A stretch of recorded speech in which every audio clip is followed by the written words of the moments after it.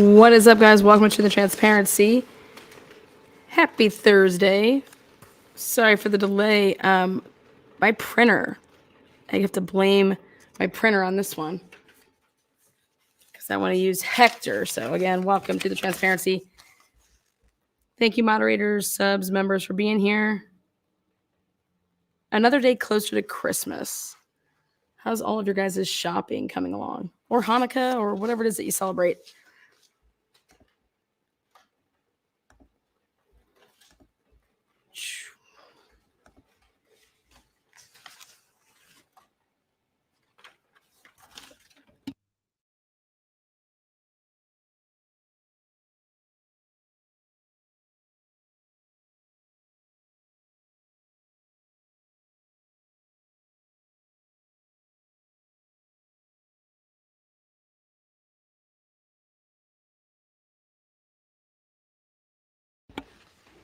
All right.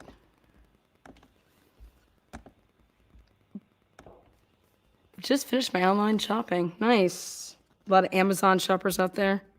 Prime shoppers. Well, welcome to Truth and Transparency. Want to point something out, and it has to do with Idaho. It has to do with Sandpoint, and that is actually Bonner County. And what I wanted to point out is, I wanted to know your guys' opinion of a police report.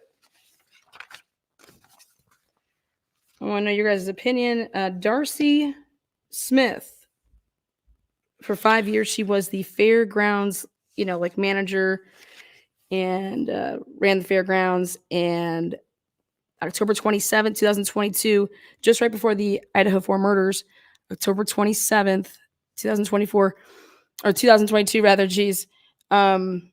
Darcey Smith was approached and talked to by law enforcement, and they were investigating her for misusing and appropriating the fairgrounds money. And that was on October 27th. And then on October 31st, she was found at the fairgrounds. Her vehicle was all like tossed through, but she was found just, feet and yards away from her car, where there was a gunshot wound to the head. So the question is this a suicide or was this murder? So let's see.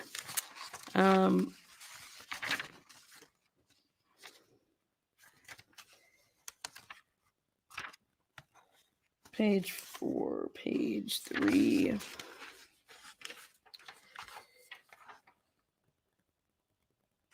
This is the report. It's 21 pages. Who is she related to? As far as who she related to, I don't know her family tree. They're Mary P.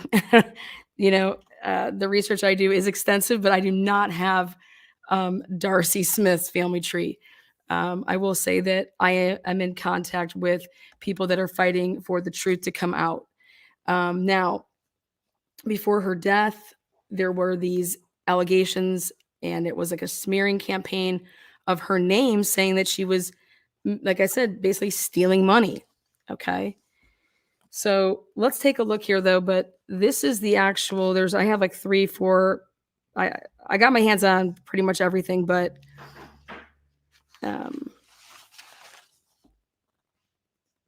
this is the dispatch summary statement, and this is your narrative.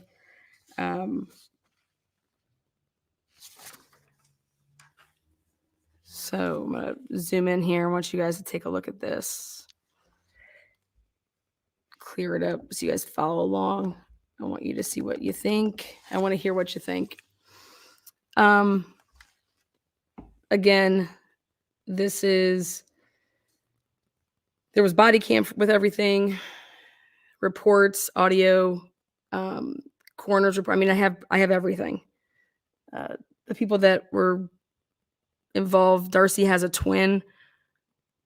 So there's people that are in the community that want She has a husband, kid. There's people in the community that want to know the truth, that want to know exactly what happened. Was this suicide? Was this murder?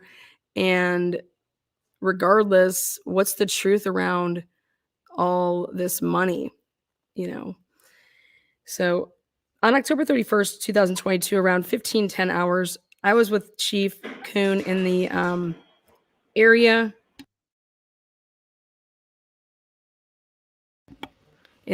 of Division Avenue and Larch Street in Sandpoint. Chief Kuhn received a telephone call from an employee at the Bonner County Fairgrounds, Miranda Montgomery. I overheard Montgomery say that the maintenance employee, Cole Duncan, had found the fairgrounds director's Darcey Smith's vehicle. Montgomery said that the vehicle was behind the rodeo arena in the wooded area. The vehicle doors were open and there were items strewn about the area.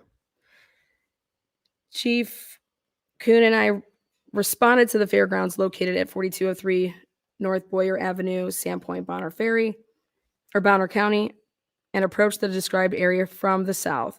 During approach, I observed no footprints. Okay, take a look at this. I'll highlight what's important. I observed no footprints in the mud leading up to the vehicle.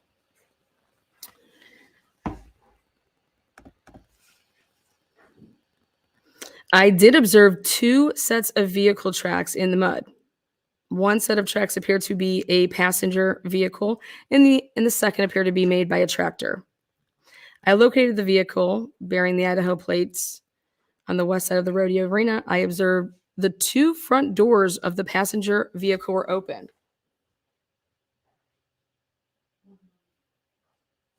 So both the passenger front door and the driver's side front door were open. And I could see what appeared to be personal items on the ground next to the passenger side of the vehicle. Chief Kuhn and I cleared the vehicle and found no one inside.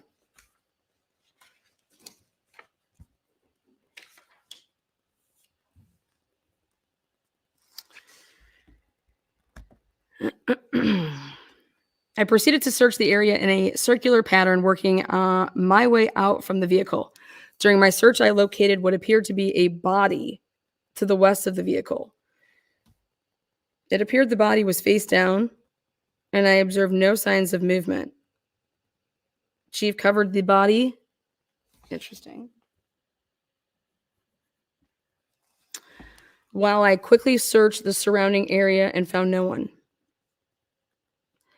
No, during my search of the surrounding area, I found no footprints. So again, wants to make that note.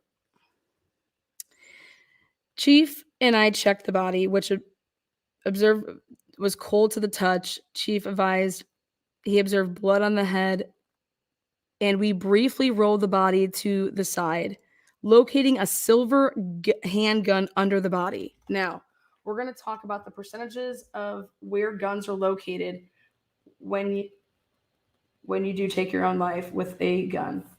So we briefly roll the body to the side, locating a silver handgun under the body. Okay. Again, this is Darcey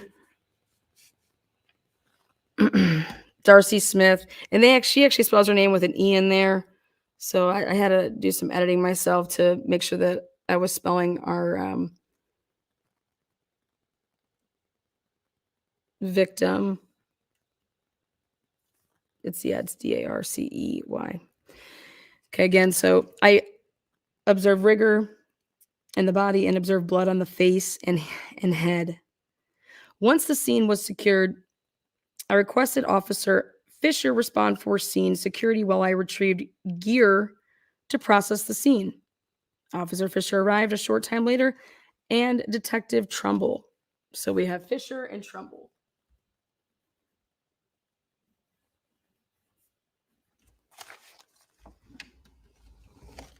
I guess you guys are lucky enough to get my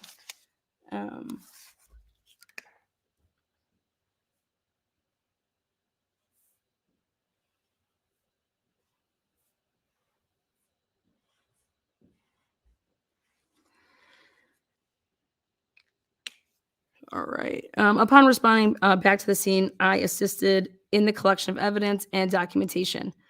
Coroner Beers, what a name there. Look at that. Beers, Beers. Just had to point that out.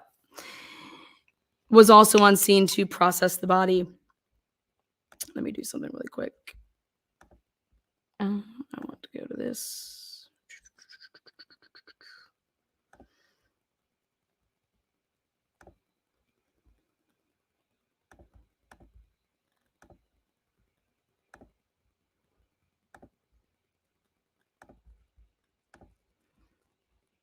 Right. All right. So Detective Trumbull photographed the crime scene and the body. So that's what he did.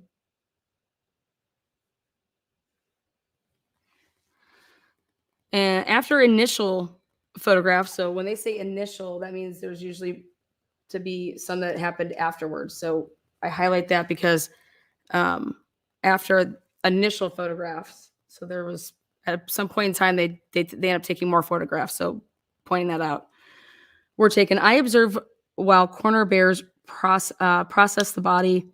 I learned the following from the coroner. The body was Darcey Smith. The body had lividity and rigor had set in. He observed blanching, indicating death was within approximately 12 hours.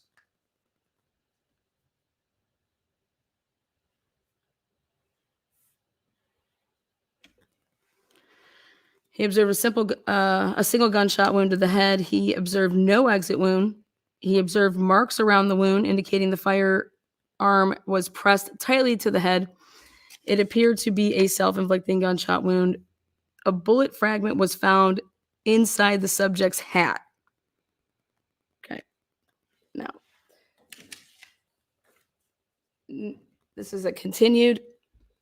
The firearm under the body was also photographed and collected. The firearm was a semi-automatic 9mm handgun. I observed the slide was locked to the rear and the slide stop was engaged. I observed a round inside the magazine. The firearm was secured and collected for evidence. The subject's hat was photographed and collected as evidence, as well as the bullet fragment. Just to remind everybody of what time, around 15:10 hours would be 3:10 p.m. Okay, that's when the call came in that they found her car. The people that found her, the guy said that he just found the car but didn't see her, just so you guys know that. Okay. Detective Trumbull photographed the inside of the vehicle. I'll check this out. The inside of the vehicle. And I followed up with a search of the vehicle. I located a tan handgun pocket holster on the front passenger side floorboard. Now, first thing I noticed about this when they had interviewed her husband, this gun was for her purse for safety. Okay. So that's where she kept this gun. It was in her purse for safety. Okay. This wasn't a gun that was like in the glove compartment. Okay.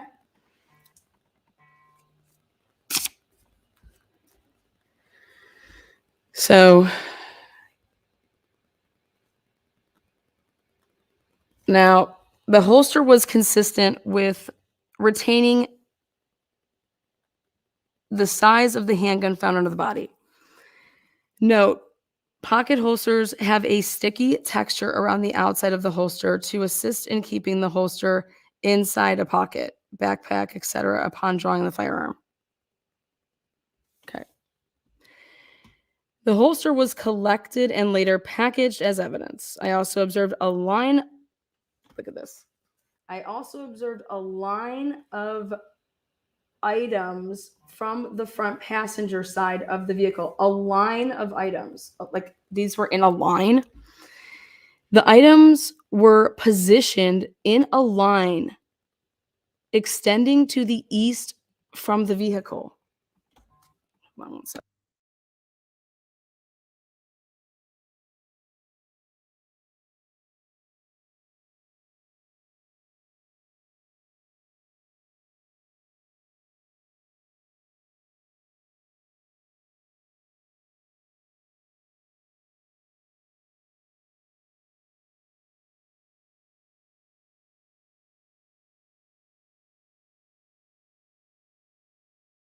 Okay, so like, do they? I've got this on my phone of what we sent in. And so- I have the timestamps of the emails. What email address did it come from?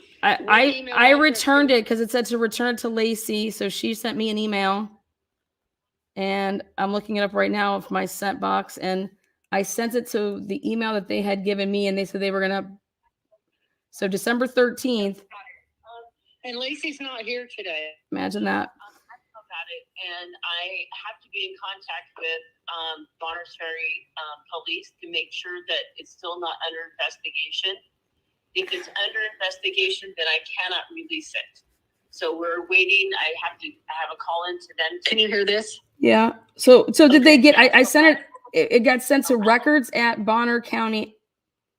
You don't have to come back in. I'll send an email to you. Okay. Well, did you get my email? Because she's saying that she didn't get my email. I sent 2 emails.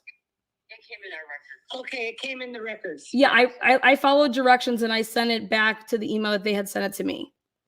Okay, so she's gonna email me when I can come in and pick it up for you. I'll just email it to her. Oh, to me, I don't have to come. Okay, all right, thank you. So we have to make sure that they're not still doing. I think I understand. I'm not in that. Yeah, no, this is 100% allowed to be released, this portion. So I'm not concerned. It's already been given out to another person. So Yeah, I just have to make sure I have to follow up with. Okay. Bonners. that's perfectly, yeah. By all means, do what you have to do. And then I look forward to getting your email. All right. Okay. Okay. Thank you so Thanks, much. girls. Okay. Bye-bye. Okay, bye. Excuse me. Sorry. The holster was, yep. Boom, boom, boom. I also observed, okay, a line of items. Interesting. The items were positioned in a line, like literally in a line, extending to the east from the vehicle. The other items were placed back into the vehicle. What? The other items were placed back into the vehicle? You put them back into the vehicle? Okay. The vehicle battery was dead. Now, I'm going to call on this. This is a interesting thing. Has anybody left 2 doors open from, if you left your door open from 7, let's say just go ahead, let's just say 7:45 a.m. until 3:10 p.m. If you left your door open, would that kill your battery? It's interesting. But basically, they're saying that the vehicle battery was dead, and Captain Bailey responded to the Sandpoint police because Captain Bailey, guess what they do? They don't tow it. They get in the vehicle and drive it. Have you guys ever heard of such a thing? No, of course you didn't, because that's not what you do. So, but let's take a look at this. So,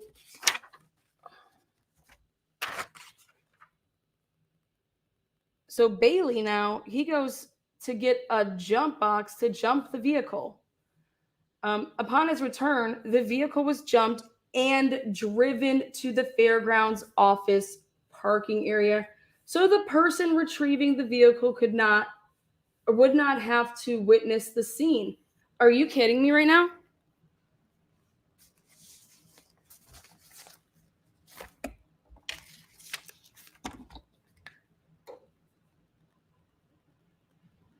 They got in the vehicle and drove it. They did not tow it. Have you ever heard of such a thing in your life? And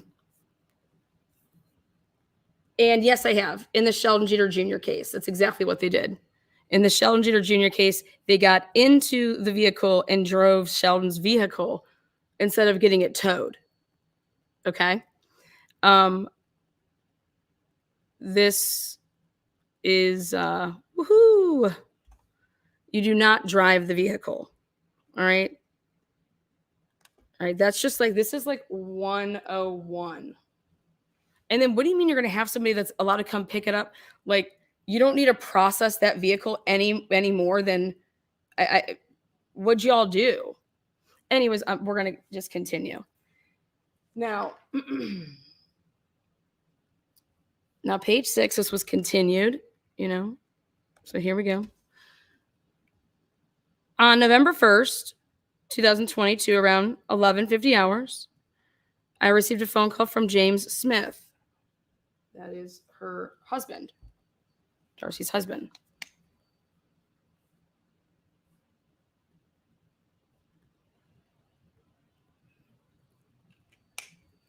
The following is a summary of his statements. He went this morning to pick up Darcey's vehicle. He could not find Darcey's wallet.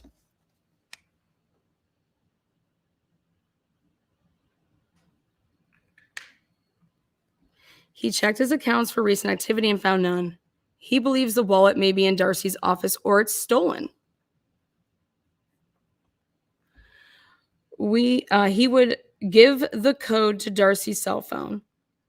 He will only give the phone code if he can be the one to access the phone first. What a smart man.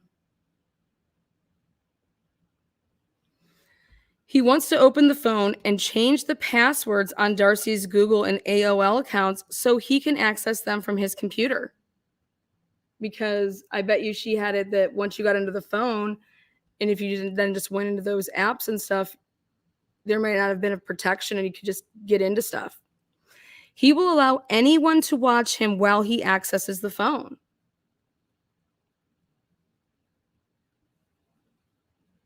Continued narrative. I informed James I would ask about the cellular phone and advised I would search for the missing wallet. I also advised James I would get back to him with any information I found. Man, this is my dude, man. Coroner Beers, man. Let's go throw him back. Came to the Sandpoint Police Department and informed me he had made contact with Darcey's husband, James Smith. Coroner Beers informed me of the following in regard to his contact with James. So the coroner is now saying that he spoke to James, because look at when this was on, November 1st. So we'll see when they spoke. James stated he didn't know of anyone who would want to hurt Darcey. Isn't that a question for the police? Why is the coroner asking that? Have you guys ever seen this before?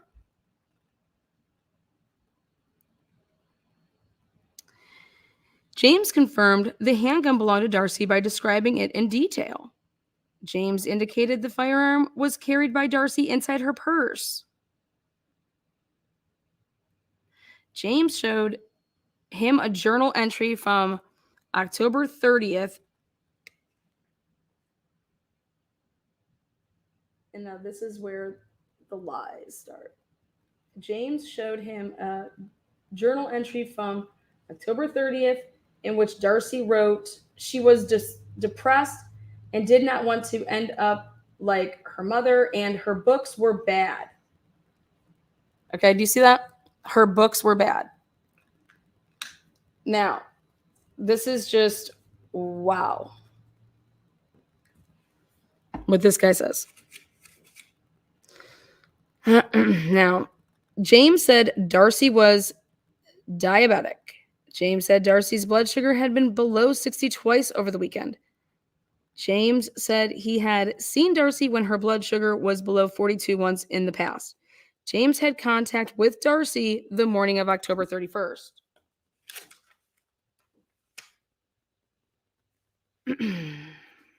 Now we're going to continue. Zoom up. Okay. Oh, out there.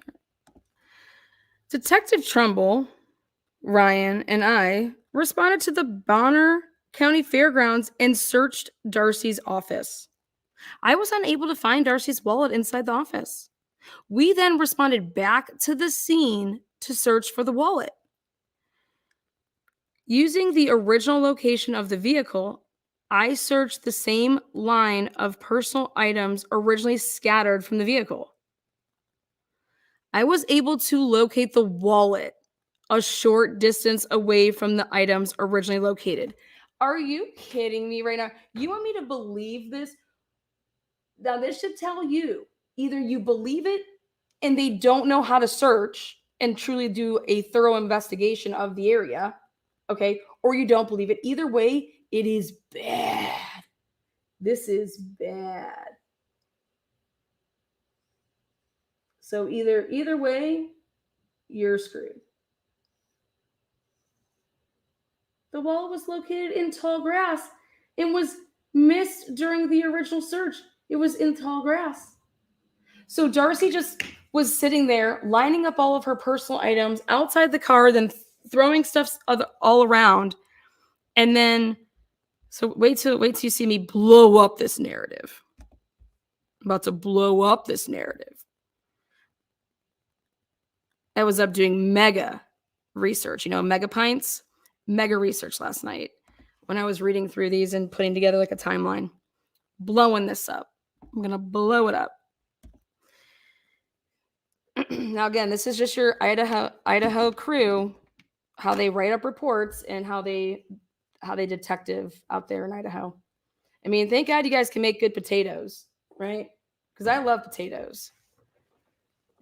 But shit, don't ask them to do anything else, especially not investigate.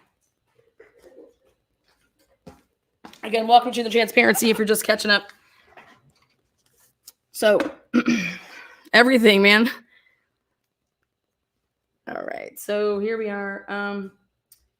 I collected the wallet and confirmed it was Darcey's by locating her Idaho driver's license inside. Now, let me tell you something right here. What in the world were these people doing when they made the report and they're looking for personal items? The first thing that you look for is somebody's wallet and somebody's ID. And so they make no note that, hey, we couldn't find her. Like it was the husband saying, where's her wallet?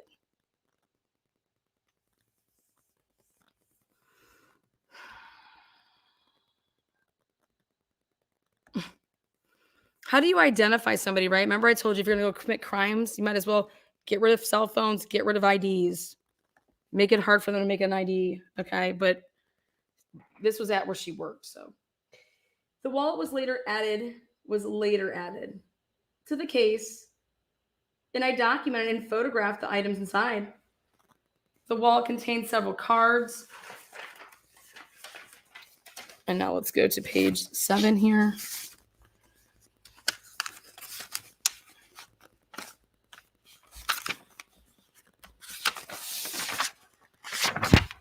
Contained several cards and miscellaneous items belonging to Darcey. I also located a transaction card belonging to Janice. It's a Girl Scout. The card was entered into property. I recontacted James by phone, informed him Darcey's wallet was located. He thanked me and advised he would call me tomorrow to set up a meeting so he could unlock the cell phone. So this means that they're not in the cell phone yet. Okay? I later responded to the funeral home with Detective Trumbull to meet with the coroner. Coroner Beers was going to further examine the body. Detective Trumbull took photographs. So look at these guys actually take photographs, unlike at Brian Kohlberg's with the Idaho 4 case. People just went there and just stood around with their thumbs up their butts. Here they're going to, and this, I'm presuming they are actually taking photographs, So what's protocol here in post? Okay. I want to highlight that Detective Trumbull coming through, taking more photographs of entry wound, which were later added to the case file for further review. Using a gunshot residue test, okay, I swabbed Smith's left hand. Now, check this out. They tested her left hand, and this is why.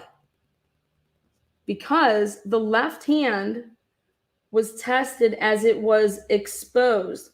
There had been a glove. Glove had been removed. The right hand was covered with a glove and was not tested because when she was found, guys, she had one glove on and one glove off. Okay. So they tested her left hand. Now, I don't know yet if Darcey is left-handed. Okay. But this is what they say they do. So the left hand was tested as it was exposed. So glove had been removed. The right hand was covered with a glove and was not tested. The test kit showed the presence of gunshot residue on the left hand, and the test results were photographed. Blue smears along a white background. Okay? Now, on November 2nd, so that was all November 1st.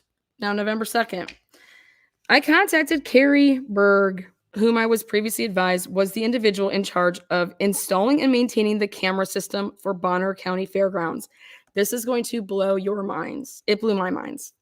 Here we go. Let's see how Idaho does with surveillance. Just fantastic. They're always on top of it. So, I requested assistance in reviewing and downloading the video surveillance footage. I responded to Bonner County Fairgrounds and accessed the director's office. I called Berg, who walked me through accessing and downloading the video. So this guy right here, he's doing it all. So this is all his doing. They don't give us a time that he does it, but I accessed the video and identified Darcey Smith's vehicle enter the camera view of the Sheep 01 camera at 7:35. Okay. The vehicle appears to be traveling east from the horse barns and then turns north. The vehicle is then seen traveling northwest along a road toward the rodeo arena. The vehicle travels west along the south side of the rodeo arena and continues north along the west side of the arena. Now, 7:35. Okay. Really important. 7:35 in 55 seconds. So basically 7:36. Okay. And then this is just when it enters the camera view at that time. So she's still driving because she's doing all of this. All right. The vehicle travels west along the south side of the rodeo arena and continues north along the west side of the arena. The vehicle then leaves camera view. I collected the camera footage. However, had difficulty in downloading a portion of the video. Excuse me?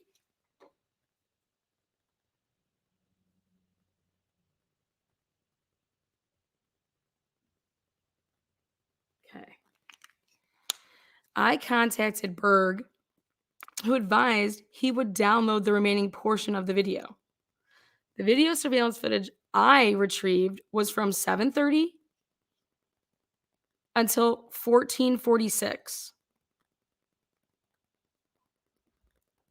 Okay. Now, remember, they got that call at 15:10, so 3:10. So 2:43 p.m. to 3:10 p.m. This is missing, which would be right before, like, the time frame right before her car was found.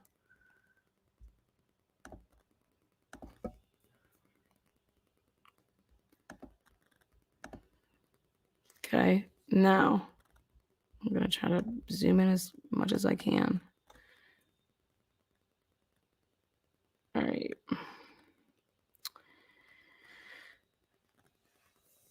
The video was added to the case file for further review. I later received video from Berg for the Sheep 01 camera between 14:43 hours and approximately then, they went all the way down to 17-18 hours. The video was added to the Y drive for further review. Upon reviewing the video from Sheep 01 camera, I observed the following. The camera is positioned on the north end. The camera faces west. The camera captured an area from the roadway to the... Some of this stuff I'm just not going to read because it's okay. The camera begins recording around 7:35 and 55 hours showing headlights. Headlights! Guys, you just can't make this up. The video shows a white car matching the description of Smith's vehicle. The camera begins recording around 7:35 and 55 hours. What do you mean when it begins recording? Like someone just hit play? I mean, showing headlights. The video shows a white car matching the description of Smith's vehicle. The vehicle travels north, then west along a dirt roadway leading toward the south end of the road or the rodeo arena. As the vehicle passes the camera, nobody can be seen in the front passenger seat of the vehicle. How about the fucking drive? Who is driving this motherfucking car? Okay. Right here, the vehicle, as the vehicle passes the camera, nobody can be seen in the front passenger seat of the vehicle. I mean, are we missing the point here? Yeah, that's great because I know where you're going with this. She went there back alone. Well, was it in fact, whose vehicle was it? Number one. And then who was driving the car? Was it even her driving? But wait, we're just not even going to talk about that. So could you tell who was driving the car? The vehicle back windows are tinted and nothing inside the vehicle can be seen. The vehicle travels west along the south end of the rodeo arena. The vehicle leaves the view of the camera at 7:36 and 37 seconds. That's the last time that they say that they can see it and that there is tinted windows. Tinted, nothing inside the vehicle can be seen. The vehicle back windows are tinted. A loud noise consistent with a gunshot can be heard on the audio at 7:40 and 55 seconds. Okay, now, this means, guys, that, all right, so just you can't see the vehicle anymore. That doesn't mean that she got out of the vehicle. It's out of the path of where the camera can see, okay? So between 7:36 and 30 seconds where you can physically see this vehicle to 7:40 and 55 seconds, it's a total of, just for easy math for us, let's just go ahead and say it's 4 minutes, okay?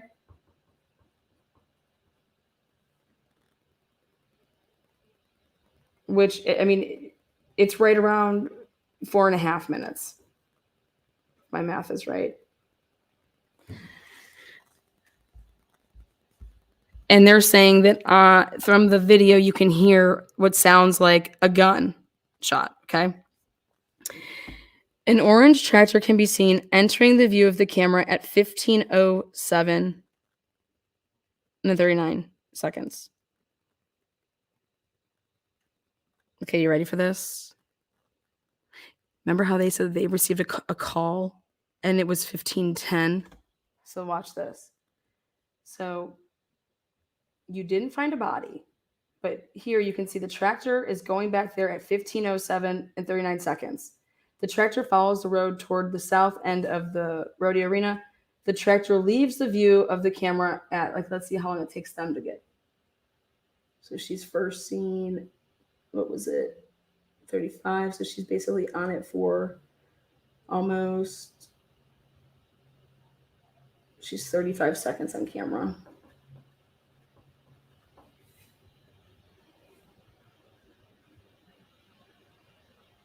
Interesting.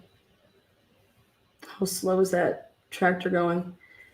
His tractor is able to be on camera for 2 minutes.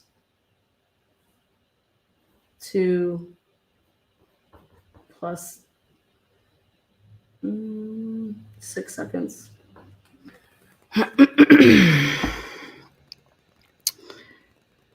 The tractor can be seen re-entering the view of the camera around 15:12. So now we got a problem. We got a huge problem here. Let me show you what we have a problem with. Ready? This is what we have a problem with. Let's go back to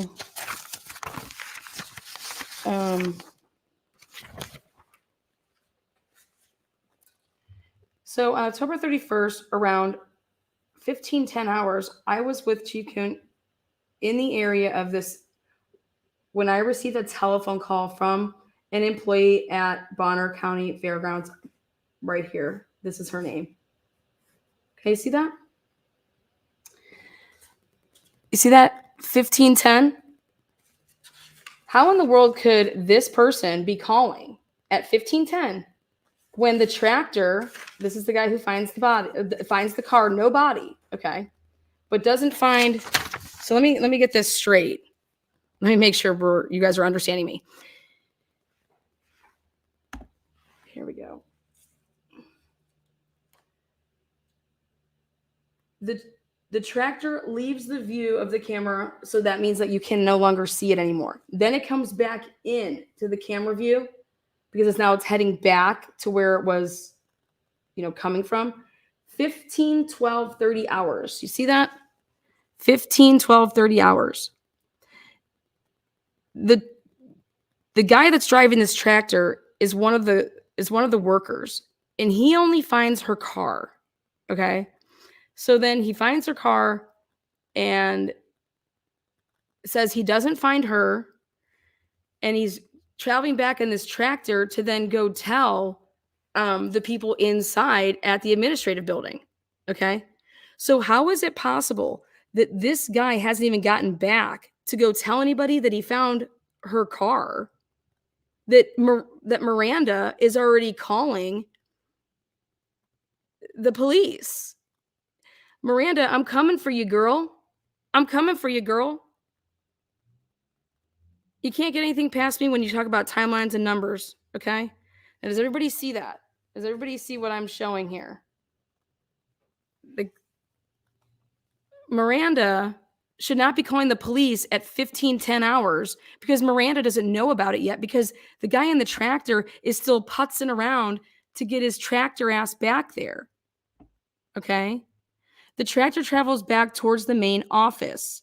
The tractor leaves the camera view around 15, 13, 17 seconds.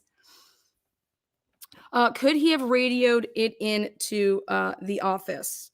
That's a wonderful question there, Mod Squad. And the answer is, let's just hypothetically say that, let's even be kind to these people. And let's say that that's even remotely possible, okay? Oh my God, I found, hey, I just saw so-and-so's car. Do you know, have you seen her today? Like, if someone doesn't show up for work, right? Hey, where is Darcey? She was supposed to be here for work. Have any of you guys seen her? No? Okay, I'd call Darcey's phone. I'd call Darcey's, home line if she had one. I'd text her. If she is supposed to, in fact, be at work, is she there? And then, did that take place? So we don't know if that took place, but Lana's going to find out. And then here, because we don't know what type of communication, we don't even know if this guy knows that Darcey's not even at work. You know what I mean? But I want to know, let's even say that the radio, that they had one, right? Ready for this? Even if you had a radio, who in the world picks up the phone and calls the police and says, "Oh my God, we found one of our employees' cars. I don't know. You need to come out here. She's not with her car." Like, what? Okay. Huh? That may happen, but it ain't gonna happen that, like, hey, oh my God, let me call the police. What do you mean her car's out there? like, there's going to be a lot of dialogue. Like, Lana, here is the fairground map for reference. I don't even need the map right now. This is about times. This is about physically calling. I mean, he's not even back. The tractor travels back toward the main office. The tractor leaves the camera view around 15, 13, 17 hours. Then we got page 10.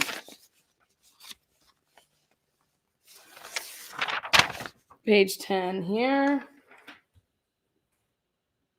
Wait, is that page? No. Where's 9? There it is. Okay. Take a look.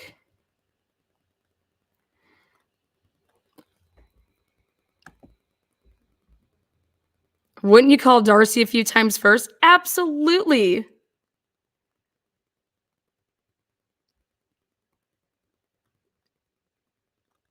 I missed like 15 minutes and didn't even realize Darcey was in play there. Oh yeah, Darcey. That's good. Darcey is the director. Okay, so take a look at this. Now, all of this matters when you want to talk about somebody not knowing something, because we're going to find out really who Miranda, however she wants to pronounce it. We're going to find out who these people are. So I'm just kind of like just showing it as matter of fact, like, let's take a look at this report. And because this was a report that was typed up, guys. That means this guy had time to, he takes his notes, then from the notes, he transfers them, and here Chief Kuhn and I arrive around 15, 20 hours and approach the area of the vehicle.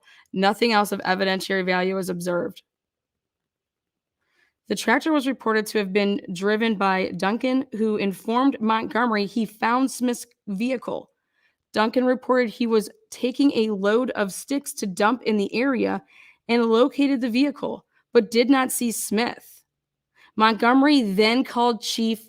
You see that? See that? Montgomery didn't call. See, this is like a Jennifer Drake moment for me. So what a normal person would do is, what do you mean you saw her car out there? Yeah, her car. I think that's her car. Doesn't she have the? What my ass would do is my ass would do this. My ass would get in my vehicle and drive out there myself and go see this car. You know what I mean? Like, why would I call the police yet? That doesn't make any sense when you're talking about logic. Also, it doesn't make sense that if there was no phone calls made to Darcey from Montgomery. Okay. So,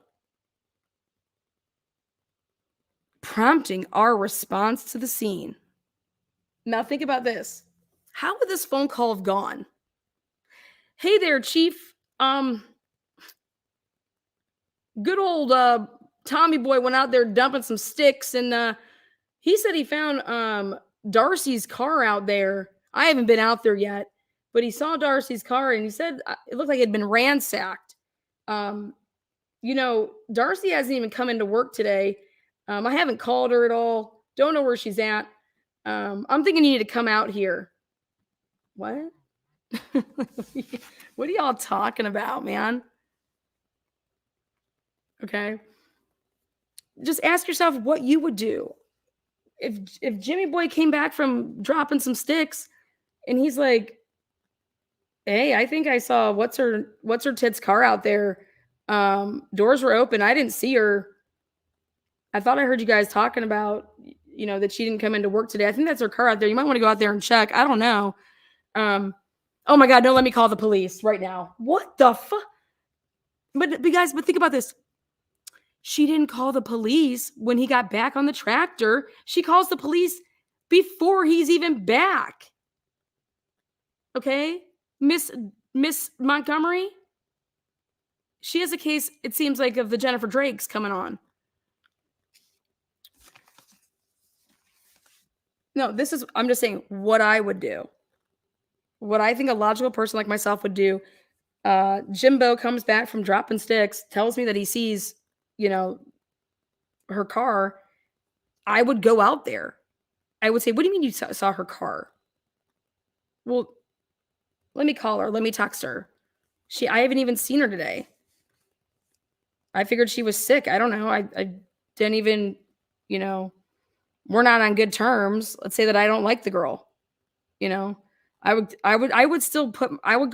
put myself in a vehicle or whatever, like a golf cart, whatever the hell they have over there on the fairgrounds, and I would go to wherever this car allegedly was. I wouldn't call the police. Why am I calling the police? Why in the world would I be calling the police? I for myself would have to see what the heck Jimbo was talking about. Take my butt out there. And by the way, his name's not Jimbo. Is that their way of saying Duncan? I don't know. Duck. And then, because he comes back and she's already called the police. She has called the police. And that's why in his report, I don't know if they called it themselves yet or what the hell they're on, but he writes it in his report that, hey, we were called at 1510. And so we'll continue on here because that's what we got 9 there, we got 10. On November 2nd, 2022, I was notified by Detective Sergeant Ryan that the Bonner County chaplain had been in contact with Chief Kuhn and advised him James Smith requested Darcey Smith's wallet and cellular phone case be released to a friend. He wants the phone case. And I was thinking last night, I'm like, what the hell does he want this phone case for? Well, shit.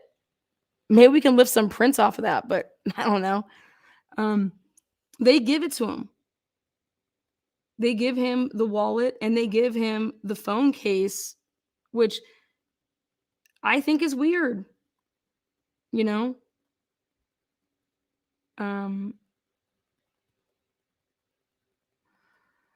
Again, he wanted the cellular, not the phone. He wanted the phone case.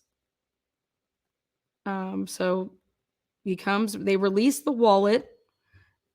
The cellular phone case, and a transaction card because it was somebody else's card. And the girl came with him and then she signed the piece of paper needed, And so that's, then we got page 11 here in our report.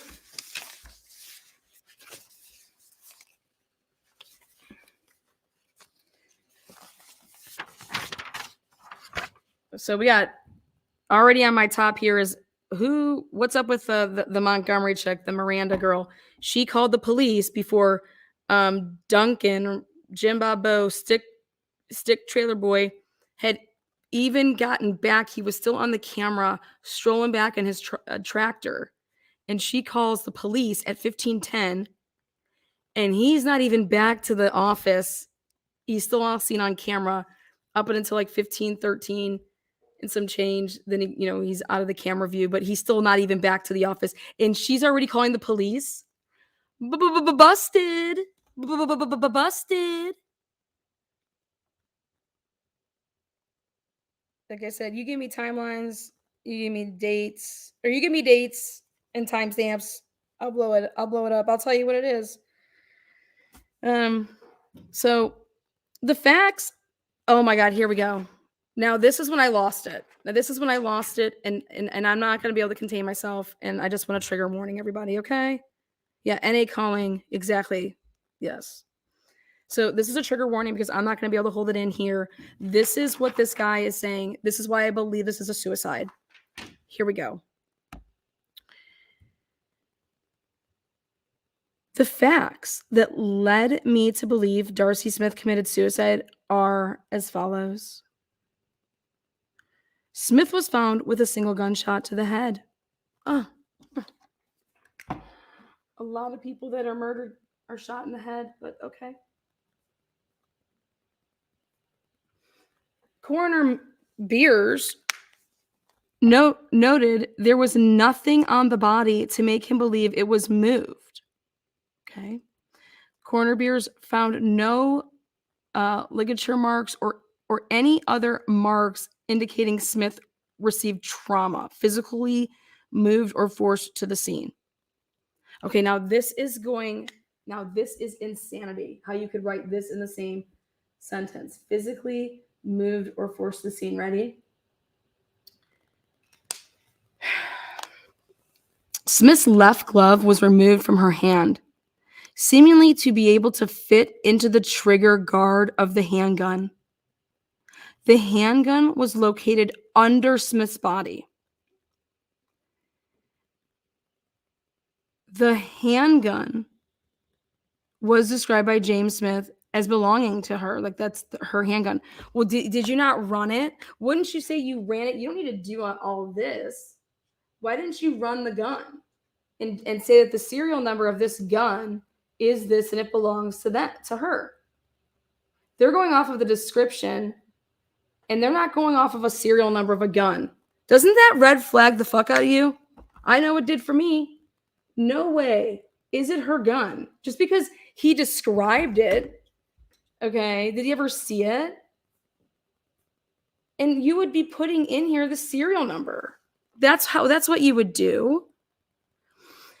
James stated Darcey carried the handgun in her purse. Oh boy. That's how we know this is factually a suicide, because James said she carried that gun in her purse, damn it. Coroner Beers was shown a journal entry on October 30th in which Darcey wrote that she was depressed. You guys are going to come to find out she didn't write any of this. That she was depressed, her books were bad, and she didn't want to end up like her mother. Unknown meaning. None of this is like the way that it says it in here. This is barf. This is disgusting. Coroner Beers, you are pathetic. And then this guy's pathetic for writing it again. Darcey was being investigated by law enforcement for fraud and theft of Bonner County Fairgrounds funds. That's the motive of this suicide. Darcey was heavily maintaining her innocence and saying, I have nothing to hide. Come, do whatever you want. She talked to the police, didn't have a lawyer. There were no additional footprints in the area of the scene. No additional footprints? No, bitch. You said there were no footprints, you damn liar. That's a lie right there. You said there were no footprints. You didn't say there were no additional footprints. You said there were none, period. So how did Darcey walk if there was no footprints, period? This is not true. This is a false statement from the other report. There were no footprints. Lies. Smith's vehicle arrived at the fairgrounds at 7:35 hours, and a single gunshot could be heard on the audio at 7:40 hours. Well, we already know what I think about that. Her vehicle arrived. You couldn't see who was driving the vehicle. And we're going to talk about that because this is really, really important. They say that that's what sounded like a gunshot. We're going to talk about the time that elapsed, and we're going to get to that because her car was all thrown around and she was going through stuff. So she has to still drive to that point. Then she opens up her one door, then walks around the car to open up her other door, leaving all the doors open, right? And then she's looking through all of her stuff, but then lines up all of her stuff, okay? So now, nobody can be seen in the front passenger seat of the vehicle. She can't even be seen in the vehicle.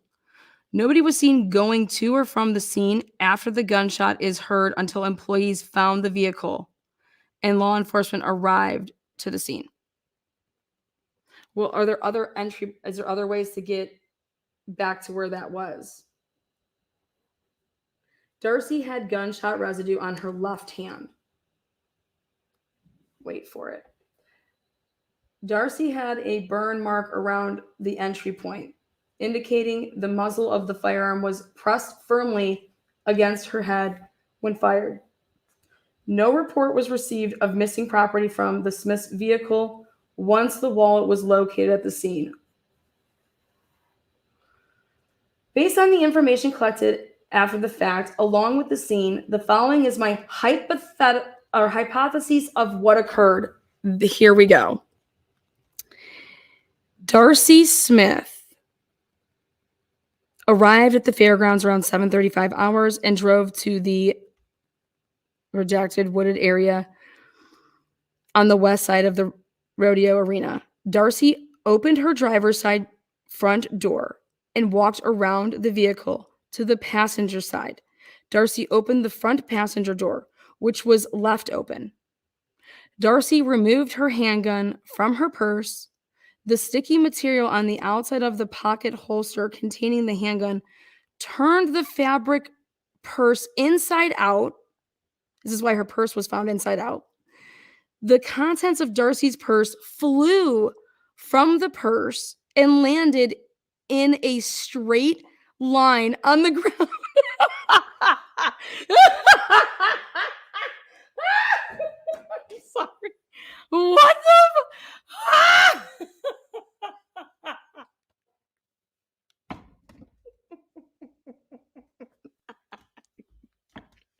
I can't. Wait, what? This is Tina with What the Fuck Translations. What the fuck are you saying right now? You guys. The sticky material on the outside of the pocket holster containing the handgun turned the fabric purse inside out. The contents of Darcey's purse flew from the purse and landed in a straight line on the ground away from the vehicle. Who in the hell? Who would ever write this shit?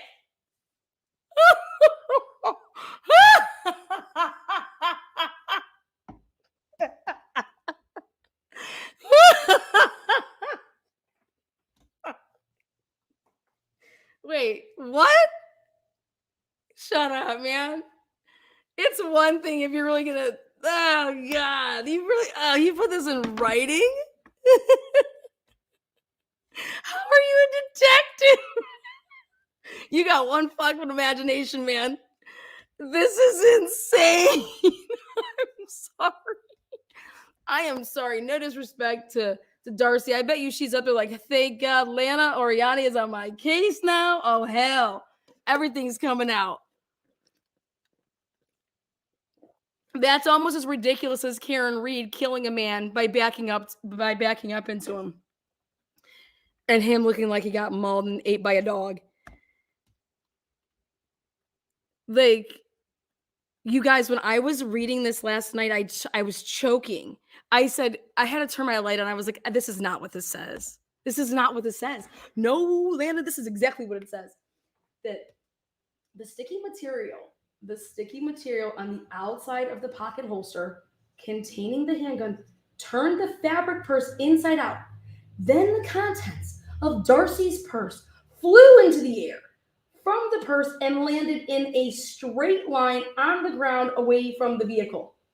Darcey walked around to the west side of the vehicle and away from the vehicle. Darcey then walked out of one of her slip-on type of shoes. Because her shoe was not found on her. One of her shoes wasn't on her. I cannot. Then Darcey walked out of one of her slip-on type of shoes and dropped her keys while she was doing it. I cannot believe that this is in writing.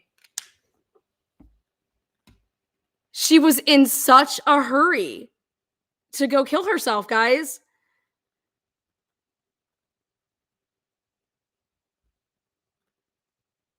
Like clearly she was flying back there to, because then listen to this. They knew that this had to happen so fast because we have to get it to at 7:40. She's got to be out of her car. All this magic had to happen, and then it has to time up with this gunshot that we hear. That we don't even know if it's a gunshot. This is how they train you in Idaho. Well, no wonder why they had a big old billboard out in Bonner's Ferry back in the day that said Bonner's Ferry, where you can literally get away with murder. That was up on a billboard before it was taken down. Somebody paid, and then obviously they were like, yeah, we're taking this down. This is insanity that this man, that this detective is writing this. She was running from herself, you guys. You guys don't know that? She was running from herself. She was dragging herself. This is insanity, okay? Tractor backfire? Yeah. Oh, don't even wait for it. 32 to 63 miles per hour. Wait for it. Yeah. A tractor backfire. This takes the cake. This needs to be all over court TV, and I want to see it. I want to see what police officer out there would ever look at this and say to themselves, yeah, this is great police work right here. Well, welcome to Truth and Transparency, because this is going to get out there. This is insane. The sticky material. Okay. Then Darcey walked out of one of her slip-on type of shoes and dropped her keys. Darcey removed her glove so her finger/thumb would fit into the trigger because it could not fit into the trigger with her glove on. Well, what type of gloves was she wearing? She could into the trigger guard of the firearm. Darcey held the firearm to her head and used her thumb. Used her thumb.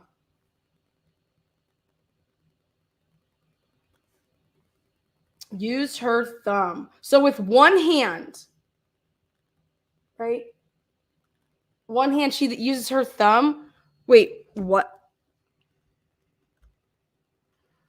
Darcey, you have the fattest hands ever. Only one van's footprint. Now we have, just changing up stuff to say there's no additional footprints. No, there were no footprints. There were no footprints. And then this is the best part about it. Then the gun is underneath the body. So I shoot myself, and then the gun, how does the gun end up underneath my body? I was Googling the shit out of that last night. So great. Somebody was to see my Google stuff last night. But this is Tina with What the Fuck Translation Services. And I'm going to have to go ahead and call Detective Flanagan and ask him how much weed, what was he smoking when he wrote this. I want to know what he was on when he wrote this. I want to know who would ever read this that is a, chief, a prosecutor. What prosecutor would read this and say to themselves, oh God, yeah, her purse just went flying, and then everything was lined up in a row that came out of her purse. Oh, shit. Oh, shit. Oh, my God. So what do you guys think so far? I mean,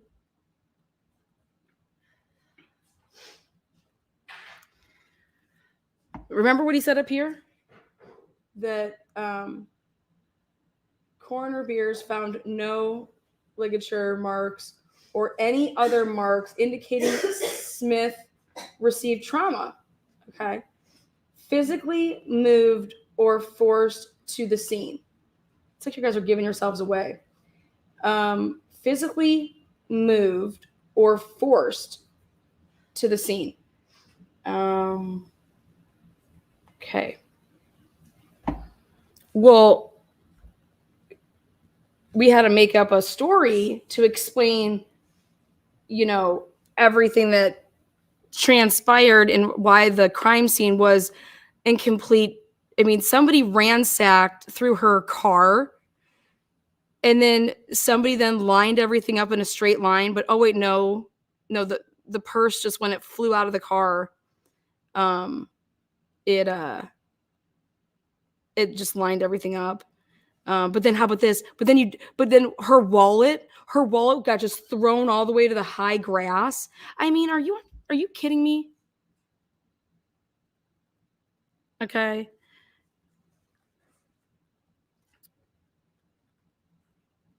Now, I'm going to leave us with this because we're going to have an episode 2, and I'll leave you with a huge cliffhanger. which is the report that Montgomery, when she was interviewed about Darcey, what she tells them is she was basically saying that Darcey did all of the stuff which led to this whole investigation. Montgomery. I want Scott Roeder's take on this crime scene. Well, you just can't get any better than this right here. This to me takes the cake out of anything I've ever seen in my life. But he said this is his hypothesis of what occurred.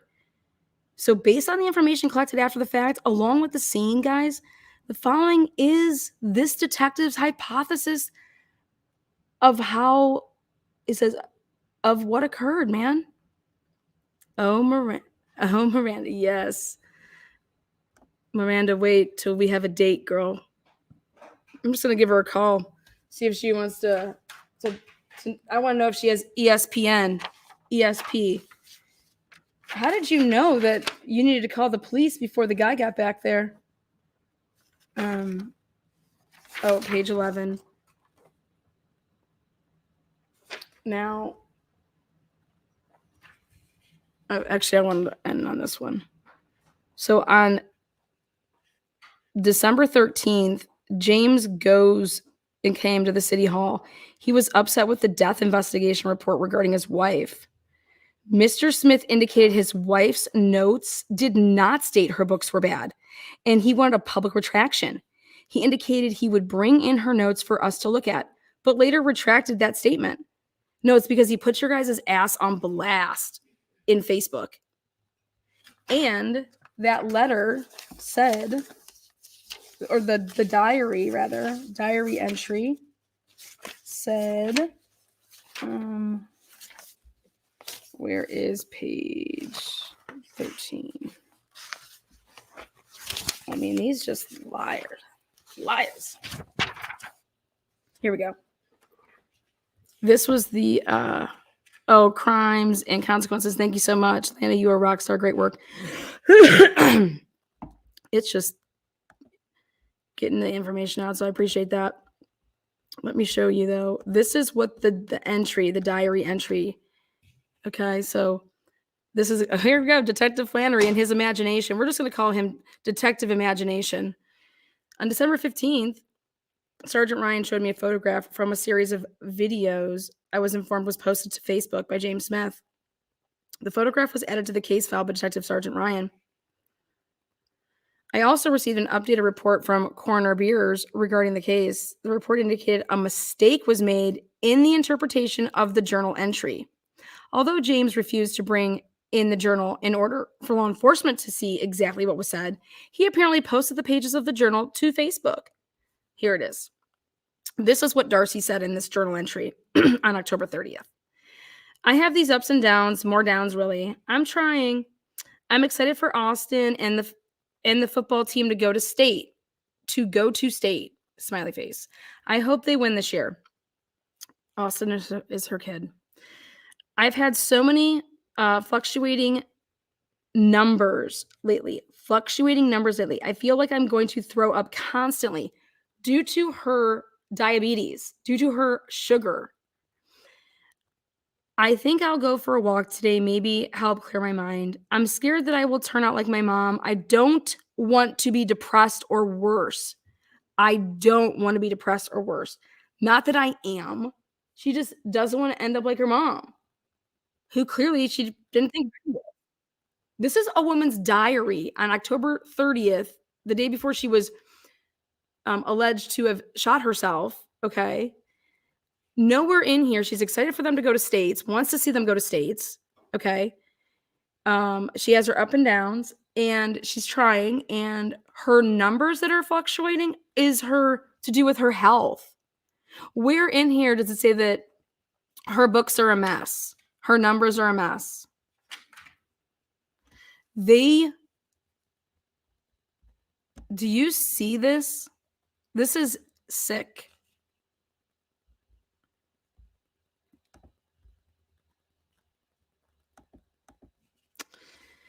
Based on the journal entry, it is likely Darcey was speaking about her glucose numbers. Oh, you think so? Well, listen. Oh, based on the journal entry, it's like, well, how about based on your narrative of your hypothesis of what took place? No wonder why. I mean, I can't even. This information is also corroborated by Coroner Beer's statements of his conversation with James regarding Darcey's diabetes. I also observed no indication of books in the journal entry. Okay, now if we go back and we read what this coroner said and tried to do, because remember what I said, why is the coroner questioning, like, how weird is that, you know? We go back to that, which is right here.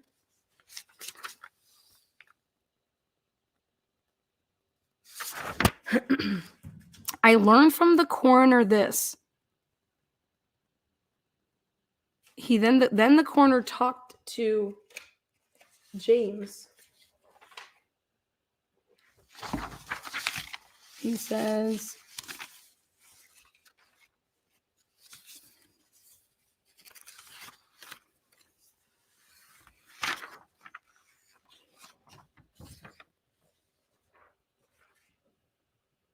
on November 1st, the coroner came to Sandpoint Police Department and informed me he had made contact with Darcey's husband.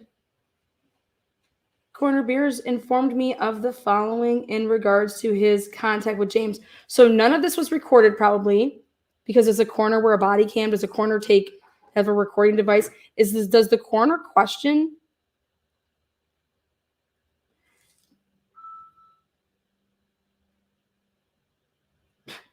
James confirmed the handgun belonged to Darcey by describing it in detail.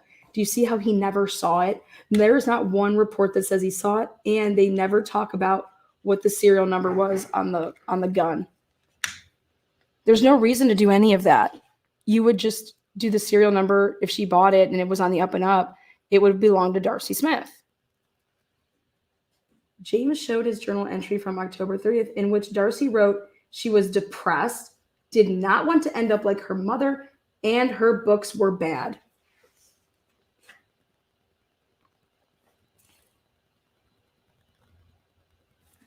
That's what the coroner wrote. Then James Smith went in there and said, I want you to retract the statement and I want you to resign. Anyways, that's where we're going to end today, though. This is just wild, and this is Idaho. So, again, I want to thank the moderators for modding. I want to thank everybody who is participating in chat. Darcey Smith, do you think she committed? We're gonna get there's so much information, but do you think suicide or do you think homicide? I'm telling you, the big thing that gives it away for me is Montgomery making a phone call before the guy in the tractor ever even makes it back. Montgomery, we're gonna talk, girl. We gonna talk, girl. Until next time, be kind.